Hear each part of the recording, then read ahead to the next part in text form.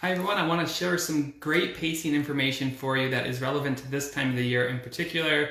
My name's Steve Gonzer, physical therapist with Run Smart Online. So I was doing a telehealth with a patient today who is injured and just about to get back on the roads. Actually, they're starting to build their running back up. And a couple things that I think are very helpful for everyone to know right now. Some of it is relevant to if you're in the Northeast or in a snowy climate like me in Buffalo. And some of it doesn't matter if you're in Australia and it's summer or going into summer or it's warm wherever you're at. This will all apply to you because I think it's all pretty common with where we're at least here in the States, is like there's no races going on. We don't know when they're going to come back. And we want to make sure that when they are ready, that we're ready and we can start running again. So I want to share that with you real quick. Part of what I want to talk about is what we offer inside the Run Smart app, which is a maintenance plan, which is perfect for this time of year if you're ready to just kind of be consistent, get ready for the next season.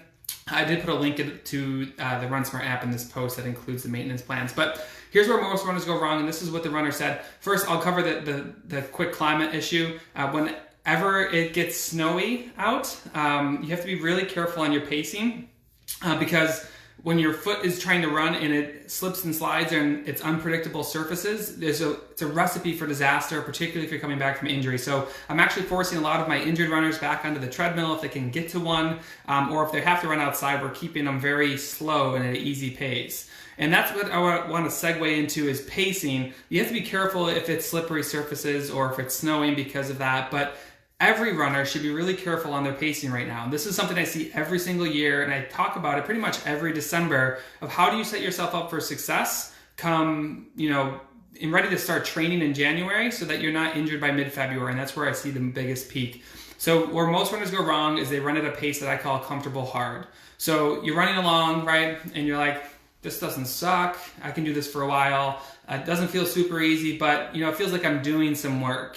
And that comfortable hard pace, like I'm comfortable, but it's kind of hard, I'm not out of breath, it's okay, is a pace that a lot of runners kind of navigate or drift towards, right? So they go out for a run and they zone out, you start going through your day of everything you have to do, or maybe you're just trying to get out for mental stability, and you default to a pace that is comfortable hard.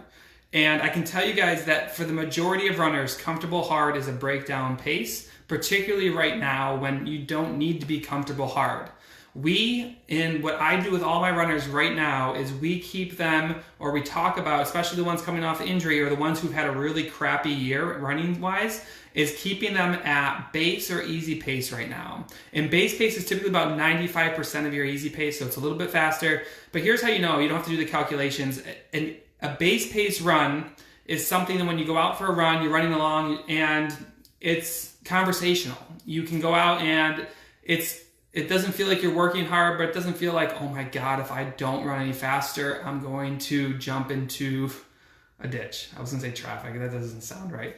But it's not like, oh my God, I'm so bored, this is so slow. And it's not, oh, this is kind of hard. It's right in between, it's conversation pace running. The benefit for this is that the biggest thing you guys have to be focused on right now when you're running is consistency, because your body, and I said this the other day, it craves to run. If you can keep it consistent enough, it'll build up its defenses to weather a lot of storms. The problem is that a lot of runners are running comfortable hard and it's breakdown pace, and eventually you can't do that forever. Eventually things start to come up, and even if you aren't running comfortable hard all the time, you're already at risk for injury because you are running. And chances are, if you're watching this, because most of my runners are over the age of 40 and 50, and you're just more susceptible to stuff. So why flirt with it? Why tempt it?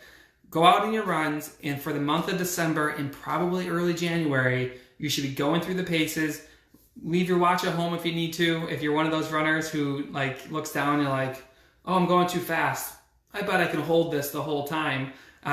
You don't want to be that runner right now. You want to just get out, clear your head, enjoy it, because a lot of times we have too much pressure on ourselves. We're trying to fit it between practices and work and meetings and everything. Just go out and enjoy your runs and keep it conversation pace right now. Base pace or slower is the way to go.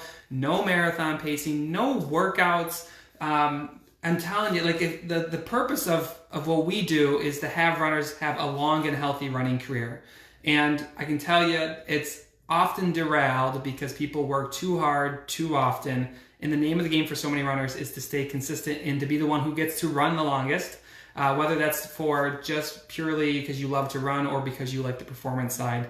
But to take home message, if you're just joining me, don't be running comfortable hard all the time. Actually, you shouldn't be running comfortable hard at all right now. You should be running conversation pace running, base pace runs. We actually do it in our maintenance plan inside the Run Smart app. So if you want some help, we give you all the mileage and all the pacing, all the strength workouts. It's right inside the Run Smart app. I did post a link to it in this video. But hopefully you won't be like my other runners who are hurt right now, trying to get back onto the roads and hopefully not running too hard. All right, guys, I'll talk to you soon. Let me know if you have any questions in the comments. I do look through them, and that's how I kind of pick what I want to talk about the next day. So check out the Run Smart app if you haven't yet. We're looking forward. We have an awesome challenge starting on January 1, which I haven't announced yet, but I will soon. Have a great day. Bye.